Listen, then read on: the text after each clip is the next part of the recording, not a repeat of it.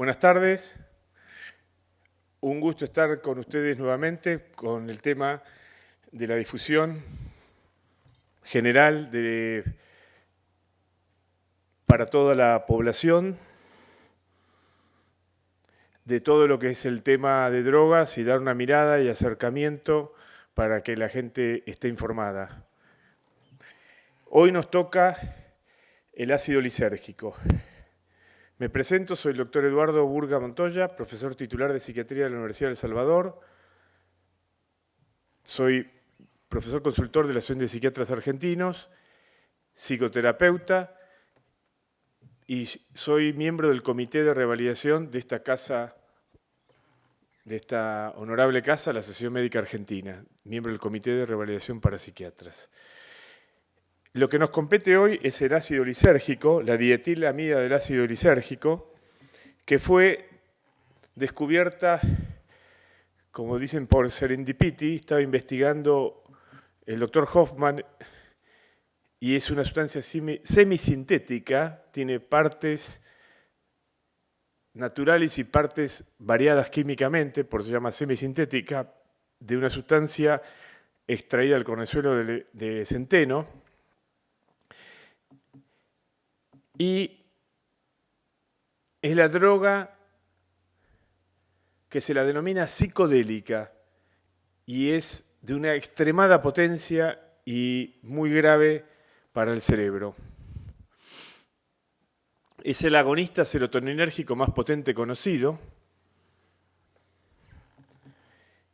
y su forma de actuar es sobre los receptores en el cerebro, las neuronas en la superficie, como hemos explicado en otras presentaciones, tienen zonas especializadas en su membrana para captar las diferentes sustancias. Se han modificado con la evolución en la neurobiología cerebral. Esas zonas modificadas de la membrana para captar a las sustancias que producen efecto en ellas, estas zonas de la membrana modificadas se llaman receptores, y las sustancias o neurotransmisores o sustancias en general que producen acción en ese receptor se llaman agonistas. Entonces el LSD, la dietilamida del ácido lisérgico, es el agonista serotoninérgico más potente conocido. Se toma por vía oral o digestiva, y el peligro del LSD es que es casi imposible regular la dosis, porque la dosis es en microgramos.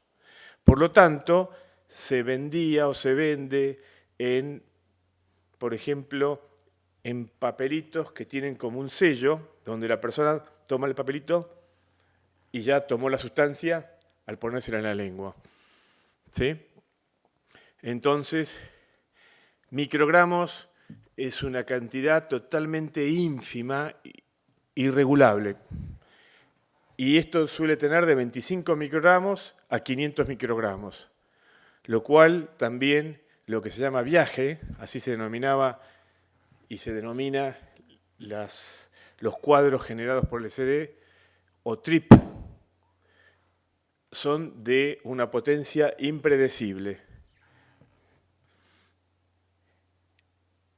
Fundamentalmente el LSD, que se absorbe en el transcurso de muy poco tiempo y dura 3 a 4 o 5 horas, depende del sujeto, produce cambios en la percepción. Es un psicodisléptico. Dis es un prefijo que se utiliza para decir una alteración. Disritmia, ¿sí? Disregulación, implica alteración. Es un psicodisléptico, ¿sí? Y es un alucinógeno. Es un psicotomimético. A diferencia, por ejemplo, de la ketamina, que el daño producido de la ketamina, que ya veremos en otro momento, es referido a las zonas frontales y temporolímbicas muy similares a la esquizofrenia, por eso la ketamina se lo llama más específicamente un esquizofreno mimético, porque es muy similar con el uso crónico al daño de la esquizofrenia, de las zonas de las regiones cerebrales de la esquizofrenia. En vez de el actuar del LSD, de la tiramida del ácido lisérgico, es un psicotomimético del tipo alucinógeno o psicodélico. Más que producir, como dice toda la literatura, lo central no es tanto la alucinación auditiva, sino la ilusión tóxica, que es mucho más fuerte, y que en su faz de cuento y divertida, por decir así, y es lo que aparecería en Alicia en el País de las Maravillas, cosa que está muy distante de la realidad, sobre todo con las dosis incontrolables que se producen en los sellos al tomar el LSD, que no se puede manejar la dosis. Entonces, lo que se ve, por así decir, en Alicia en el País de las Maravillas, es no tanto que Alicia vea cosas que no existen, sino ve cosas que varían grandemente y modifican su tamaño. ¿Sí? Sí, lo que puede haber es cruce de la percepción, que se denomina sinestesias. O sea, yo podría llegar a oler un color o a escuchar cosas, por ejemplo, también de algún color o de alguna sensación. Esas sinestesias son percepciones cruzadas, ¿sí? Hasta aquí parecería que es un cuento, pero en realidad puede ser, si la película se transforma en película de terror, si la dosis es un poco más alta, producen alucinaciones terroríficas y un mal viaje. Por eso, en los años 60 y en el comienzo de los años 70, cuando se consumía LSD, se consumía en grupo. Y siempre había una persona que no consumía y cuidaba al grupo, al resto, porque él o los que tenían un mal viaje trataban de suicidarse, que es lo que pasa muchas veces cuando alguien consume y tiene alucinaciones o sensaciones terroríficas y duran horas. La persona en realidad no se querría suicidar. Se suicida porque quiere terminar con el episodio de terror químico que no lo puede parar. Es una forma, no tiene otra forma de parar la situación. La única forma de parar la situación sería concurriendo a una atención psiquiátrica de urgencia. Quiere decir que esto lo contrarresta un antagonista serotoninérgico y más precisamente un antipsicótico. ¿Sí? Entonces quiere decir que esta sustancia es muy difícil ser adicto consuetudinario, o sea, constante. ¿Por qué?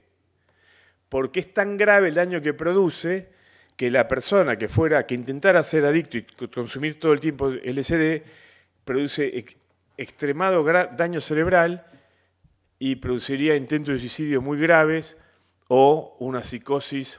Al ser el agonista serotoninérgico más potente para el cerebro, produce daño de psicosis crónica permanente que son irreversibles.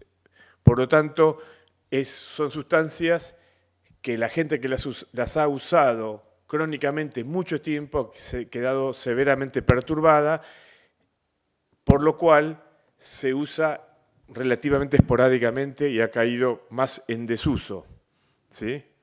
En este momento, quizá las drogas que tienen más auge son las drogas sintéticas del tipo del éxtasis y allegados, ¿sí? Que son peligrosas porque son hechas por laboratorios clandestinos que pueden producir la muerte, como se ve en toda Greenfield. ¿Sí? El daño del LSD es daño cerebral, ¿sí? Como vimos, daño psiquiátrico, neuropsiquiátrico. Podemos también claramente entender de una postura única que el cerebro, conducta y psiquismo son uno, ¿sí? También hay que tener cuidado con hablar puramente de neurociencias, que es lo que más llamó la atención porque se avanzó más en los años 90 y el principio de los años del siglo XXI, pero no hay que olvidar que es una integración, la psiquiatría es una integración y el psiquismo es una superestructura que se basa en la estructura del cerebro. Pero el psiquismo es una superestructura, es el producto superior del cerebro. Por eso hay que conocer la neurobiología, la psicología e integrarlas en un modelo médico y psicológico profundamente. Y el LSD produce ese daño cerebral y también, como dijimos siempre, hay daño cerebral y daño también cardiovascular. El daño cardiovascular produce daño de hipertensión, a veces produce accidentes cerebrovasculares y tromboembolias, pero es más infrecuente. Lo que es más frecuente es el daño fuertemente psiquiátrico, o sea, daño al cerebro y a la conducta y episodios de psicosis crónica. El tratamiento es con psicoterapia y antipsicóticos. Requeriría internación, como todas las internaciones, si la persona se ve dificultada en mantener su conducta de abstinencia. Es un placer en todos estos encuentros comunicarme hacia ustedes y llegar para que se difundan cuestiones que muchas veces están avanzando muy fuertemente y se hablan de una manera técnica que las personas no tienen acceso. Ojalá que estos encuentros lleguen a mucha gente y pueden aprovecharse. El próximo encuentro le dedicaremos un especial capítulo al alcohol. Muchas gracias.